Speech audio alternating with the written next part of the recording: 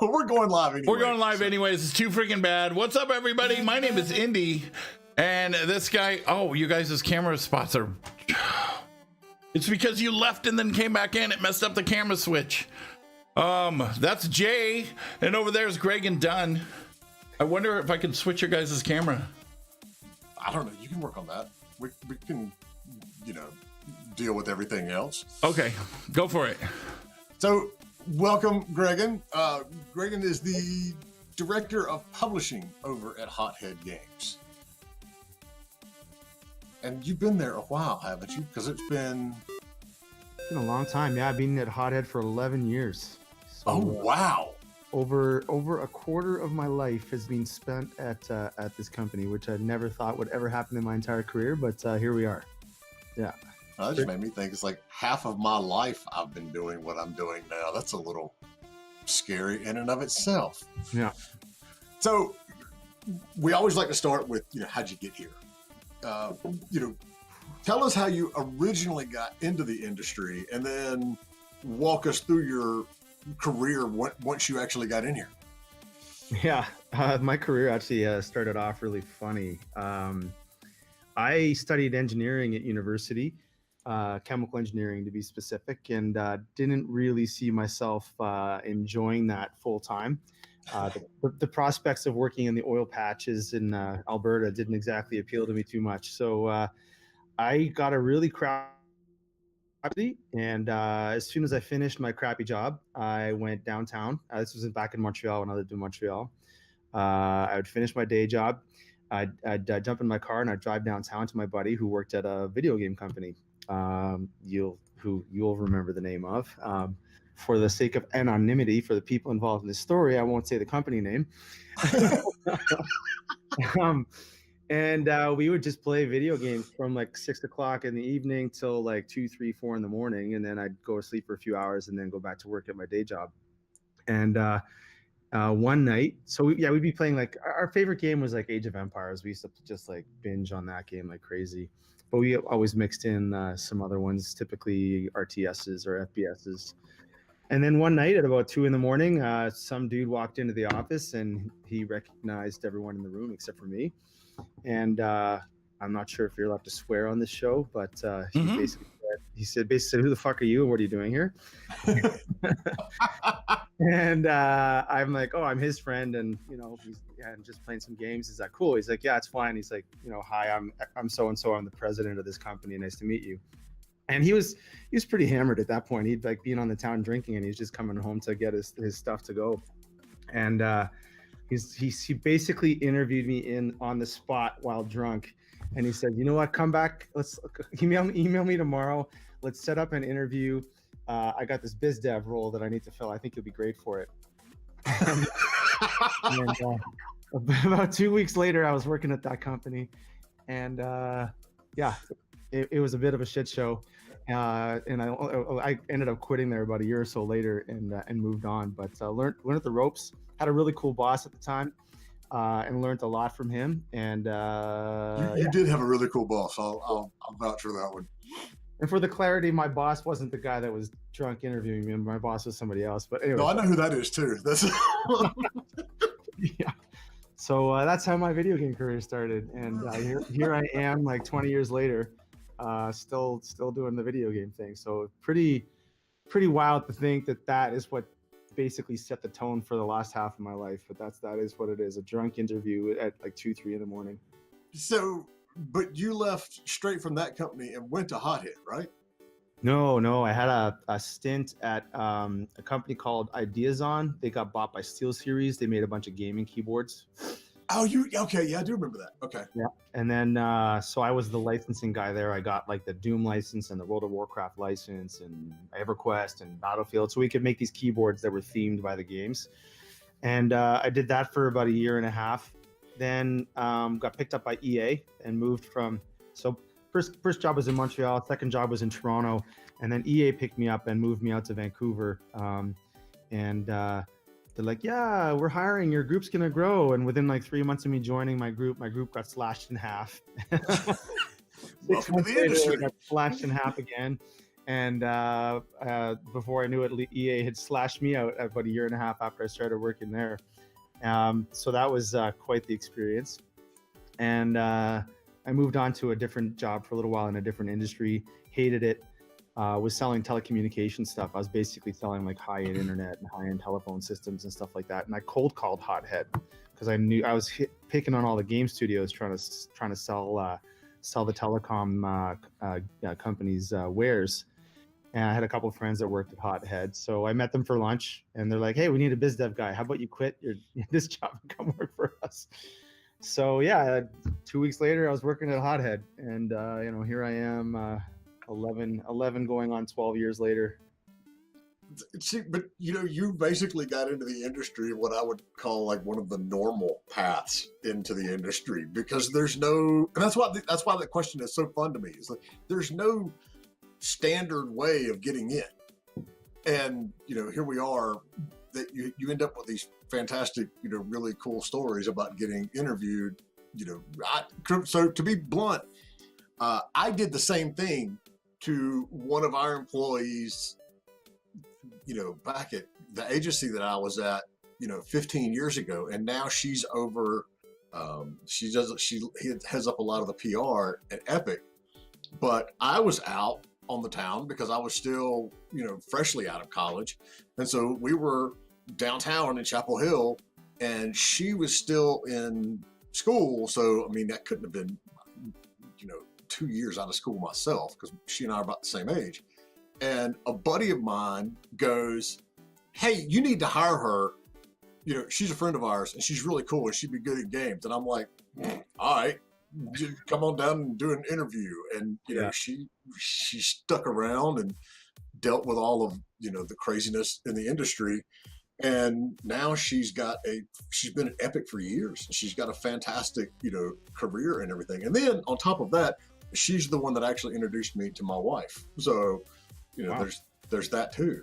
Yeah. So, but it is, I love hearing how people got to the industry, because there's never any like your chemical engineering degree. It's not like you go, okay, I'm going to go through school and I'm going to get a degree in blah, blah, blah, and I'm going to go into the game industry. Yeah. While you can theoretically do that now, it doesn't generally work that way. So it's always fun, especially those of us who have been doing this for like 20 years, how we got in back then, because nobody in their right mind would have been like, hey, let's make a college degree for, game industry stuff. Yeah. So now, you've been at Hothead for 11 years. And it's so funny that you mentioned those keyboards, because you sent me one of those keyboards for World of Warcraft. And it was one of the keyboards that was the first one that had all these like random keys mapped to like things that were really in the game and, things like that. But, Hothead has traditionally been a developer. And so, very recently, like within the last 6 months or so, you all have opened up a publishing arm too, of which you're in charge, correct? Partially correct. I think the mistake there is that we've always been a publisher, but we've only published our own games. Well, okay, yeah, true. So, yes. We launched back in 2006, and our focus was, be masters of our own domain, be able to publish our own games. So we started on PlayStation Network and Xbox Live Arcade and Steam, and we did the Penny Arcade on the Rainslick Precipice of Darkness series. Yep. And then we did some Death Spank games with Ron Gilbert, and we did a game called Swarm, and so those were all sort of console-focused games. We published most of them ourselves. We ended up doing some deals with some publishers a little bit later in that time frame, because it got harder to get on XBLA without the support of a publisher. It was really, Microsoft had these crazy rules where they were like, you need to have a retail boxed game in order to get a slot on Xbox Live Arcade. And we're like, well, all we do is digital games, so why would we try and get a retail slot? The whole point of our business is to be digital only. And so at that point in time, we realized, hey, the consoles aren't for us. PlayStation was great. Steam was great, but Xbox Live Arcade was such a huge part of the market that, having that limited, that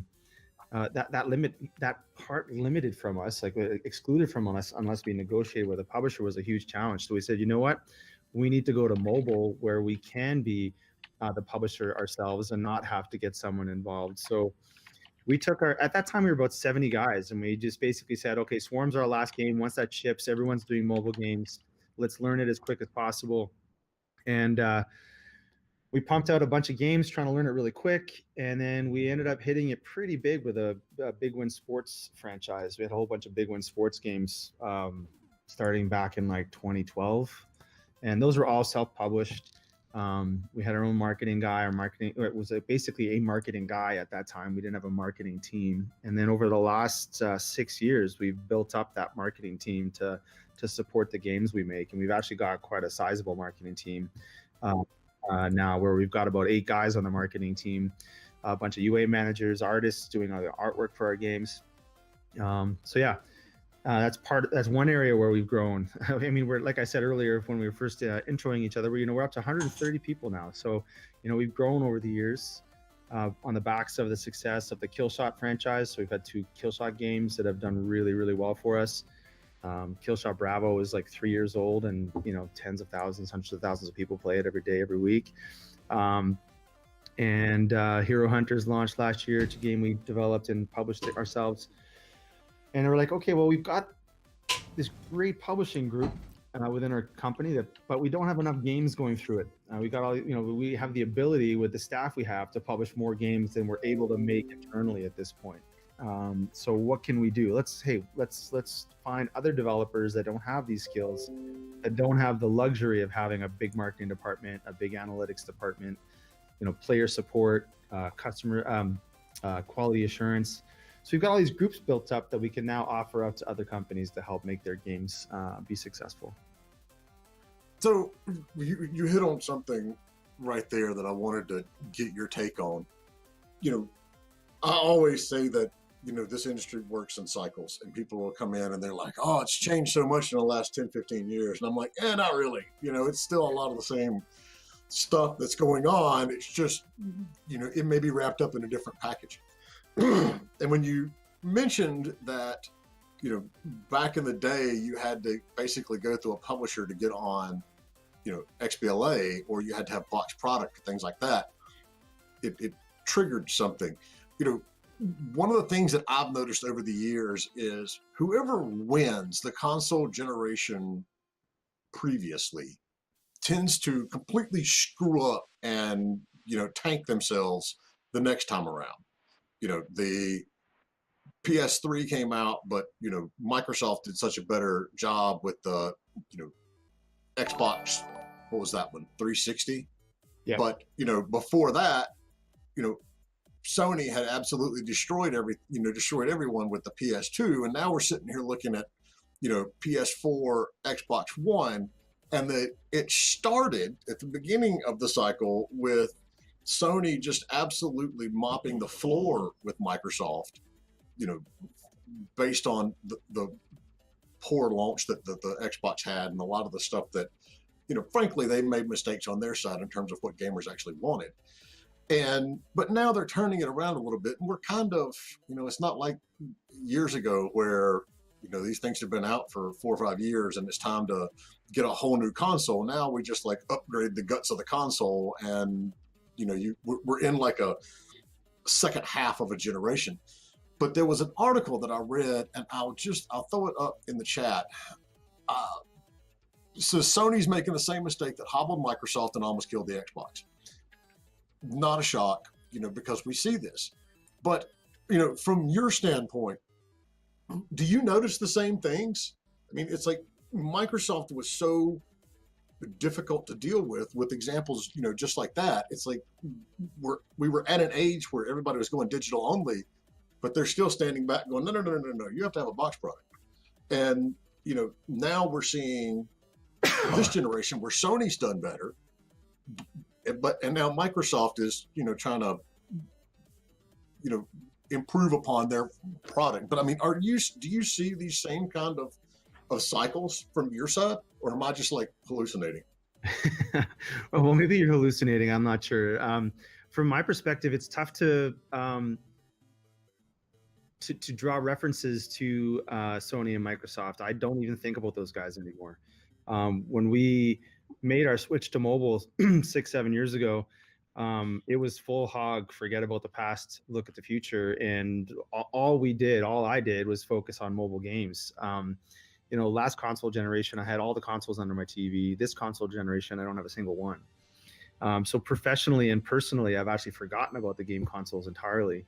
And part of me feels bad about that. I feel a little bit of guilt that I haven't kept on top of those experiences. But I honestly felt like I was playing the same games I grew up on. Nothing had changed, just better graphics, right? So, I got all excited about playing BioShock, and I'm like, I played this game already. It's called System Shock. This game just looks better, but it's the exact same mechanics. Everything's the exact same. They've done nothing new except make it look pretty and put a good wrapper on it. So I kind of got burned by all these great games on console because they were just rehashes. I don't totally miss that.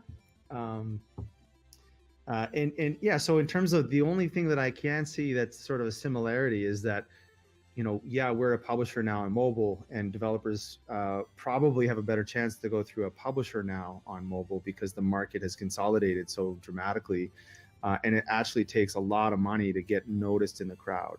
So you don't have to publish on through a publisher on digital on mobile. You could do that yourself, but the fact of the matter is, you need hundreds of thousands of dollars or millions of dollars to effectively market your game and get it noticed to actually make any money these days. So, the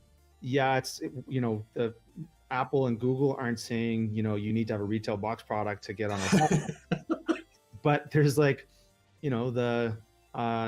big players, and the Fortnites included, that are, buying users for $6, $7, $8, $10, $15 each, right? And getting noticed and get dominating the charts. And it's tough to get noticed, less and less you hear about the Flappy Birds or the Tiny Wings or the small indie darlings that make lots of money. That's it. But that's exactly another one of these cycles that we see. It was for years and years and years, you had to have a publisher because somebody had to put this stuff in a box and send it to a distributor who would then send it to Walmart and GameStop and Best Buy and everybody else. Then we had, Steam came out, Apple released the first iPhone, which had an app store. And so you had all these developers that went, we don't need you anymore. And they, went and they started self-publishing. And now we've grown to the point that it's exactly like you said, unless you have hundreds of thousands or millions of dollars to do user acquisition on mobile, you have to go back and get a publisher again. And we see the very same thing on PC to an extent. You don't have to have a publisher by any means to launch a game on PC, but there's so much crap in the stores now that you need help with your discoverability issue. So, that is another one of those cycles that we keep seeing. So when it comes to, let's talk about where you find the games. Right now, where types of games for the mobile publishing are you most looking for? Where do you see, the most growth and the most success for you all in terms of, genres or monetization types or things like that on mobile? Hyper casual. Thought we were going to avoid that topic today. I don't know. No, we were going to hammer that one right on the head. No. We'll go where you want to go. I'm fine to talk about hyper casual too. But let me first just start by saying, as a company, Hothead's focused on the mid-core, hardcore gamer. We've got very male-focused first-person shooters, third-person shooter with a strong RPG elements and hero hunters. So our demographic currently is very 25 to 35-year-old males. I think in our Killshot game and Hero Hunters games, about 5 to 10% of our audience is female. So totally dominated by men. So as a strength of the current audience we have that to at our disposal. However, I think our biggest area for growth as a studio is to start publishing more mass market, more casual games that attract larger audiences, that attract more females. I think that's our biggest room for opportunity. And the types of games we're working for right now are just games that are high quality, that the market's going to love, that we think we can help make them a lot more money if they worked with us than if they did it themselves. And I'm honestly happy to entertain any type of game. I don't think there's any specific genre that I'm really focused on. I'm just honestly scouring the planet looking for games that are fun and awesome. And that's kind of where I'm at. In terms of where I find them, trade shows. I went to Pocket Gamer Connects last week and saw some awesome games there. There's a lot of really good games that are looking for help. We also have a web page which we advertise, and we get a whole bunch of people submitting their games online through our web page, and that's done pretty well at getting submissions. So, I've been at the director of publishing role for 2 months, and my goal was to build up the funnel of games we can evaluate. And we went from a very slow trickle to like, I'm at the point now where it's, oh crap, I need someone here helping me to play all these games and to really evaluate them properly. So, how many submissions do you get a day, do you think? So my goal was to get to about 1.5 a day, and I'm probably over 2 games being submitted per day right now. That's still not a bunch, but you got to spend some time playing them, right? It is a lot, man. I mean, you go for a week focusing on other things, and then all of a sudden you've got 14, 15, 16 games you got to properly analyze, research, play through, and it's not something you can play for just 5-10 minutes. You've got to play some of these games for multiple days to get a feel for how well they'll engage you and keep you hooked. So it adds up quick. When you throw in a contract negotiation, when you throw in like having to develop your marketing strategy and all these other efforts you need to do, it's kind of hard to put the proper focus on finding the gems in the haystack, or the needles in the haystack, right? Which is interesting, because and that's just another example of how the industry has evolved, because these games, especially when it comes to mobile and free to play in particular, it's like you just said, you can't just sit down and play them for half an hour. You have to play them over a course of a couple of days. And years ago, we would sit down with a game, and it was like, okay, I would have to make our evaluators play it for an hour, because some of them, they would just get down and get 15 minutes in. They're like, this sucks. And I'm like, no, you got to power through it. And so back then, getting 2 a day wasn't that big a deal. Yeah. But now, I mean, yeah, if you like you were over in London for a week, well, there's a week that you're not, playtesting anything that came through the pipeline. I mean, you're playing games while you're there, but you get back and you've got 10 of these things, and it takes time to get through them and to look at them. But at the same time, from a lot of the publishers that we talk to, I mean, 2 a day isn't, dramatic. I mean, you've got, some of these studios that are getting, 20 and 30 of these things in a week. And it's like, how do you, from the publisher standpoint, how do you sort through all that and, make sure that you're not missing something and and to put it into more perspective, I was away for a week in London sourcing games, and I was gone for 4 days, and 3 of them were spent meeting people. And those 3 days meeting people, it was a meeting every half hour for 10 hours straight. So do the math on how many games that is. That's 20 meetings you're having each day. So that's 40 games. 40 games you got to evaluate in those 2 days. But then throw in a speed match event where I met a developer every 5 minutes for over an hour. Oh my God. So you're sitting there and it's just like, here's my game, here's my business card. This is what my company does. This is how big we are. And then on to the next guy, right? So you take a week away from your desk, and then you come back and you've got 40, 50, 60 games you've got to evaluate. So you start from under a big pile, right? So yeah, okay, two a day might not sound like a lot, but when it happens in a bunch like that, it's like that's a mountain of stuff you need to evaluate properly, and it's not something you can you don't want to pass too quick on something. There could be a gem in there that you look at first and it's not great, but then you dig into it and it's actually something special, right? So yeah, it can be a little bit daunting when you get that sort of big glut of games you got to take a look at. It's like the one job where you can just kick back on your desk, you got your feet up and you're sitting there with your phone. Your boss keeps, what are you doing? I'm freaking playing games all day, dude. You know? Yeah. That's what I'm doing.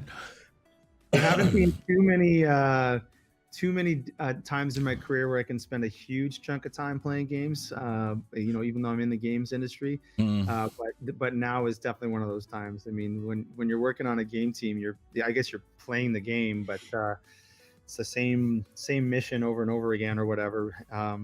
At least you get a variety. I mean, if you're working on a game, you got to look at the same crap for thousands of hours, and then you don't even know if it's good anymore.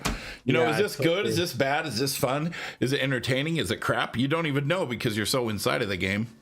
Yeah, it's very true. I had a question there. So the speed dating thing, which is one of the things that I've seen at a couple of different shows, but I've never participated in. What's your takeaway? Is it effective, or is it a waste of time, or it just seems that seems like chaos. It was chaos. Were you drinking? That's the. I wish. Did they serve beer for free? I really wanted a beer. I was actually sitting there going, I could do a beer right now. It's so easy, but there was no beer, unfortunately. The funny thing about that speed match is it was made even more hilarious by the organizer, who was losing her mind, screaming at people to try and organize them and make it efficient. And everyone in the room was laughing. It was kind of awkward. I felt kind of bad for her because she was having a tough time keeping people focused and stuff. But ultimately, it was very worthwhile. You don't have a very meaningful meeting in those 5 minutes, but you make the contact. You can see the screenshot, you can see the short video, you can see the 2-3 minutes of gameplay, and you can know, yeah, that's a good game. That's nowhere near good. I'll not worry about them. So it does sift through a bunch of stuff really quickly, and you do make a lot of good contacts. I think there's a lot of value in doing those speed dating events.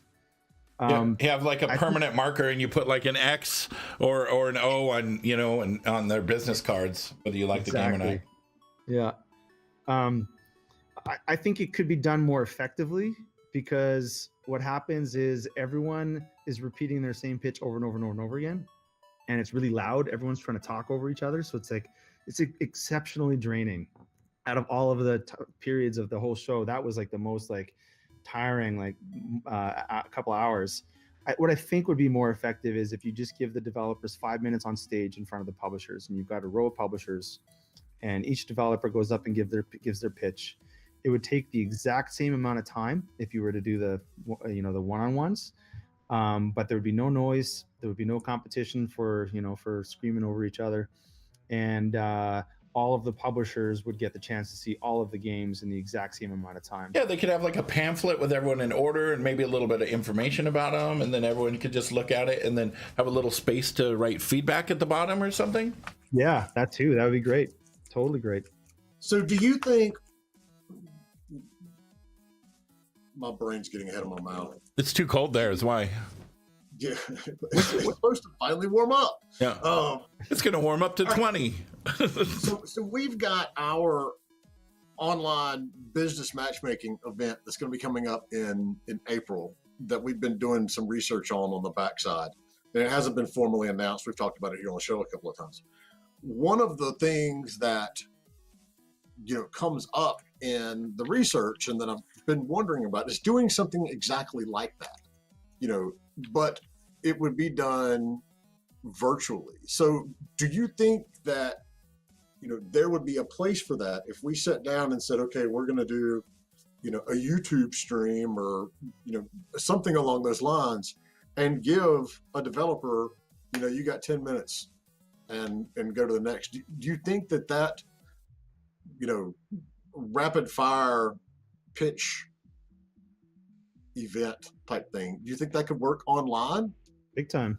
I think it'd be very, very helpful. I mean, you and I participated in another online event last week. So that was one of the days in London. I actually sat in a pub doing all my meetings for that other event. Just in terms of like, I got kicked out of my hotel, I had nowhere else to do it, so I was sitting there. So you were drinking beer that time, right? I was. In fact, and it was effective. It wasn't as effective. The meetings were sometimes hard to hook up and stuff, and people didn't always show. But honestly, like it's just as effective as a face-to-face. It saved a lot of travel. I was meeting with people all over Europe, and I got to know a bunch of game studios really quickly. I think it's super effective, and I think that speed dating event could be done that way. And I think curating the way they're pitched would also help. If you gave them a format like that pamphlet you're talking about, Indy, if you gave them a format where it's like, you need to fill in these 5 things to present properly to the publisher, and help the indies refine themselves a little bit before they give the pitch. It always blows my mind. I guess that's a bit of an exaggeration, but it does always surprise me how much polish is missing in the pitch of indie studios, of even bigger game studios, not just indies. So if the event organizer can help add a little bit of polish around what the developers are presenting, that would be awesome as well. All right, and see, and Greg, you were worried that we wouldn't have an hour's worth of stuff to talk about, and see, we haven't really even talked about anything that we were going to talk about. Well, you're asking good questions, I guess. Yeah, and I didn't think we'd be touching on all these things, so I didn't know what to expect. All right, but all right. So, case in point, right there, the polish that goes into a pitch, and this is something that we preach on, and we've got an infographic that I'll post up momentarily that has some information in it. But when you're sitting there, and if you've got 10 minutes to talk to a developer, what do you want to know as a publisher? First things that come to mind is, who's the team behind it? What's the market opportunity? Like, what other games are you competing against? What other games are you trying to avoid competing against? Like, are you trying to fill a gap in the market? How much does the game cost you to make? How much are you looking to make with the game? What's the business deal you're after? That's one of the things I think most people don't even touch on. They're just sort of going to say, I'll pitch my game and I'll wait to see what the publisher throws at me. It's like, like. Sorry, I don't mean to laugh, but I mean, from the standpoint of you and I, it's like the first thing we're thinking about is the business part of it. Yeah, well, I mean, yeah. Well, if you've put your blood and sweat and tears into making this thing, don't you should have a concept of what you want in return for this thing you've made. And I don't think many people put the thought into that. And what skill set are you looking for to even sorry, I'm getting a better thing to focus on that's easier is just like schedule. Like, when's the game coming out? What's your feature list that's in the game at launch? What's your live ops plan? Just a simple high level roadmap of what's going on, like a calendar with your game. And then like clearly presenting KPIs that you have on the game, if any, because a lot of games that I'm seeing are actually, they've been out on platforms. They've been out on iTunes and Google Play for a little while. They've got some users.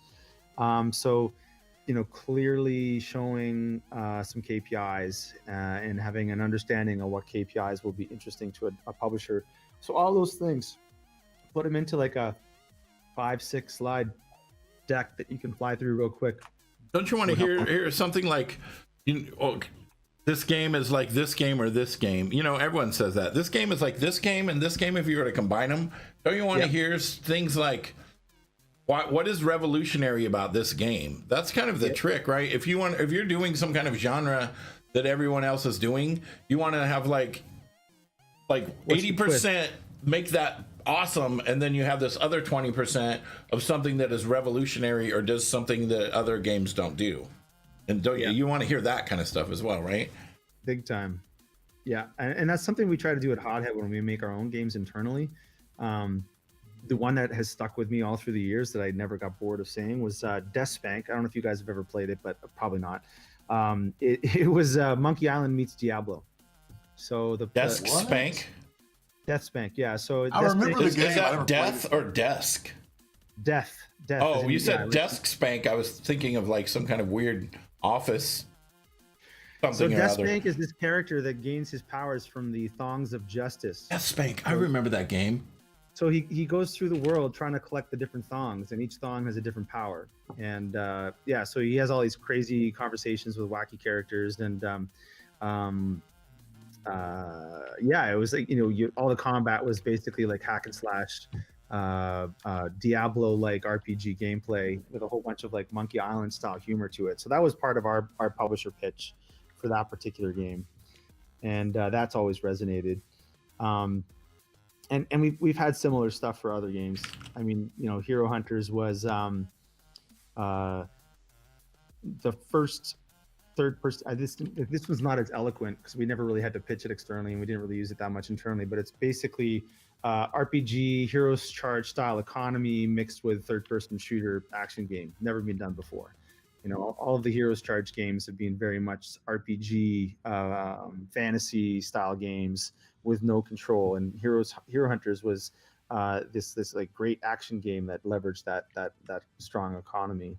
So stuff like that definitely helps you pitch your game. It helps people understand instantly what you're trying to achieve and where you're going to go for it. There's 2 games at PG Connects that had pitches like that blew me away. One was World of Warcraft meets Supercell. So it's basically like doing a Supercell take on World of Warcraft for mobile. And, you know, someone said that to me and I'm like, I instantly got it. And then he pulled up the game, showed me the game, and it was very close to what I had immediately pictured. And the other one was Pokemon Go meets Heyday. So it was like basically a farm building game with the AR Pokemon angle mixed in. And so just those like quick little snippets like really sort of like stuck with me. And the games also had amazing polish, great artwork. Obviously have good teams behind them. So that helped solidify them in my head. But those quick little pitches help crystallize in the publisher's mind like what the game's trying to be, and you fixate on it and focus on it. And I actually, as part of my summer emails to my team here, I brought up those games in particular, in large part to the quick pitches they had and the way the games delivered on the pitch they mentioned. So, So I have a question about Death Bank. Didn't Death Bank have some really crazy trailers and promo vids? Yeah, They're like Harmon Brothers type crazy stuff, if I don't actually know remember. what Harmon Brothers is. Harmon Brothers, their commercials. Well, you know, the Squatty Potty, and there's like the unicorn pooping glitter, and just like all over the top, you know, weird. Yeah, the trailers for Deathsmack were pretty nuts. Hothead's got some crazy videos. We've got a pretty twisted sense of humor here. We actually had one video completely banned by the ESRB back in the day, and it is absolutely the best video game trailer ever. It was for our video game Swarm, and Swarm is this crazy game where you're controlling this like swarm of little pudgy fat guys, and it's like a platformer, and they all die these horrible deaths. And the video featured one of the company founders' daughters, and she's basically at her desk drawing swarmites and looking all cute and happy. And then the gameplay cuts in, and then the tempo rises up, and before you know it, this little girl is just screaming and smashing crayons, and like it is so golden. I'm gonna see if I can find it, and I'll stick it into the slot. I'm always good for some awesome, funny promo video. So real quick, I wanted to call out Divinorium just as a big thank you. You're our first channel VIP. Yay! Because you've been here since day one, I believe. And for some reason you keep tuning in. And I, don't fully understand it, but He comes for the beards. I have, no idea what VIP status gives you, in terms of like abilities or anything in the chat. But hey, it's awesome. It gives you that little diamond. Hanging with us for, almost a year now. Yeah, So, 9 months. I just have it's been longer than that because I just got my 9 month sub. I just did the alert for it. It's longer than that because, you know, for the first couple of months, you know, you were working on this with me. You didn't even sub yourself. Is that what you're trying to say? No, I subbed as soon as we got the sub button. Oh, that's right. We had to get affiliate first. Yeah. Oh. All right, I'm not finding the video. I suck. I'll share it with you later if I can. And honestly, it's worth checking out. Anyways. Ooh, it can be in the Discord. Yeah, we'll drop it in there. All right, cool. So back, and now we've gone on so many tangents, I don't even know where we were. The online thing that we did. So you said, you know, you had issues getting people to make the meeting. Yeah, it started off really slow. The first 2 meetings didn't even show. So for the first hour, I was just sitting there, and it was frustrating as heck. And then I finally got going. And then the first couple I had, once people were showing up, were actually like really terrible pitches where I was just like, okay, thanks. And trying to cut it short. It picked up steam closer to the end of the day and overall was worthwhile. But yeah, I mean, that's always the case, right? You book a trade show, you book all your meetings. There's always going to be 1 or 2 that don't show or there's confusion or whatever. So, I mean, it's not totally unexpected. So well, it's interesting because, you know, one of the reasons that we're doing, you know, ours is because I believe in this model, and I firmly believe that most conferences are, you know, while they're necessary, they're too expensive for a lot of developers to go to. Yeah, you know? And too expensive for publishers to go to, man. Like, well, I mean, they're expensive for everybody. I mean, true, but you know, most of the time, publishers have more of a budget to play with than a lot of indie devs do. Yeah. So I've done 2 of these online events now, and I've only missed 1 meeting. I've only had 1 meeting not show, and that was my own fault, which is probably the same reason that your first 2 didn't show up, is that they didn't have the time zone set in their scheduler properly, because that's what happened to me on the first one that I did. You know, I get up, and by the time I get in the office, it's like, you know, 8 o'clock, and I have an email saying you missed a meeting. And I'm like, what the hell? How did I miss a meeting? And then I realized that I had scheduled that meeting for roughly around 3 a.m. my time. Yeah. So I'm betting that's why yours didn't happen. But overall, I haven't had, I mean, like I said, the only one that was missed was my own fault. I missed it, not the other person. Whereas in 20 years of going to conferences, and we're talking sometimes 5 conferences a year, I have never, ever had 100% meeting rate at a show. It's impossible. You know, people are running around with like chickens with their heads cut off, right? And you're just doing what you can. And yeah, the time zone thing was definitely confusing for me. And it was really interesting because I didn't realize that at all when I booked all the meetings. And then a couple of weeks before the London show that I went to, the PG Connect show I went to, I figured that out. I'm like, oh man, these meetings are at like 2-3 in the morning my time. What the heck am I going to do? But then I realized I was going to be in London the day or 2 before. So I was like, well, if I extend my trip to London, I can take all the meetings while I'm in London and not have to adjust all the meetings, and I can still tackle them. So that ended up working out, but it was by pure fluke. Yeah. So, and the emails, and it wasn't completely clear how to get into the meeting room through the platform. The platform wasn't that well laid out. Once I figured it out, it wasn't a big deal, but the initial time about how to get into the meeting room you're supposed to go into was confusing. Yeah, because it's just you have to go back to your scheduler and then click like enter room or whatever. Yeah, I know what you're saying. And there's a tiny little login button, not even button, it's a link. It's like it's a link. Yeah. There should be this big ass button like go into meeting room, you know. They need a UI UX person working on that platform. Yeah, I mean, it was easy for me because I had done it before already, yeah. So I knew, you know, pretty much what to do when I went in there and did that sort of stuff. So, yeah, no, that's good. I mean, it's good. It's just as we're thinking through stuff, I like to hear, you know, the feedback. So, when you're talking about the games that you were looking at, you know, you mentioned something that I want to point out that Hothead is fairly unique with.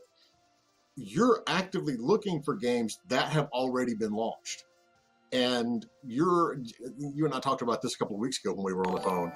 It is you're in a very, very huge minority there, because most of the publishers that we deal with, and I'll say easily 95% of them, if it has been launched in a major market on Apple or Google, they don't want to touch it because they can't do the launch at that point. But you all are out there looking at games that have already been launched to give them a boost. So why is that? So I want to hear your take on that, since there aren't that many publishers that are doing that and taking that approach. Yeah, and just to quickly correct you, I'm not exclusively looking for that, but it's definitely no. But you're looking for them in general. Yeah. I just think there's plenty of great games out there that have launched but not really launched. They've been released, but they've not really been launched, right? It's like you've gotten the rocket onto the launch pad and it's there, but you've not actually given it any fuel to get up into the. I can't believe I'm making this analogy. This is a terrible analogy. Well, it's not terrible. It's just kind of cheesy. And it's also beneficial because you can take a look at how the game has performed with the users that it's gotten in the door, right? So you can say, okay, well, it's only gotten 20, 30, 40,000 users, but those users have actually loved the game. They've stuck around. It's got strong retention. It's got some good monetization. So then you can get a sense for what it could. You have a better sense of what it could do if you put some marketing money behind it. For games that haven't launched, there's way more unknowns. I guess the only advantage to an unlaunched game, an unreleased game, is that Apple and Google might show you more love because they like fresh new products that haven't come out yet. But frankly, the features that you get on Apple and Google these days aren't really moving the needle that much for us anyways. So it's kind of getting to the point where the features are less of a concern for us. So we're not too worried about that featureability. And we're just more concerned about what we can do if we put some marketing bucks behind it and actually get some users into the game. So yeah, I mean, I think it's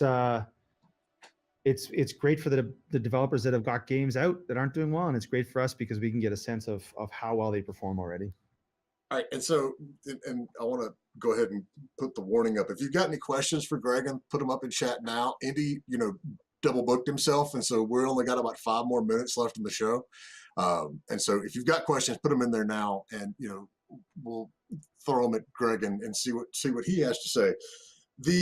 So what you just said is exactly the reason that we always hear for why publishers don't want games that are unlaunched. They can't get the love from Apple and Google. They can't get the feature, and so they're not interested. I tend to be on your side of the table on this, because and I have publishers come to me, and they'll ask, it's like, what are the KPIs on this? I was like, there are no KPIs. You don't want something that's been launched. So, okay, their KPIs are test cases that don't really, matter, and you're not getting accurate KPIs. Yeah. And so you answered to some extent the question I was going to follow up with is, is the feature just not that, is it really not that much important anymore? Our Hero Hunters game launched last year, and we got phenomenal featuring from Apple and Google, and we did get a lot of downloads. It was substantial. Fast forward a year, we just launched a game called Forge Fantasy this month, and we got similar featuring from Apple and Google, and the downloads were like nowhere near what we had anticipated, nowhere near close to what we got for the Hero Hunters launch.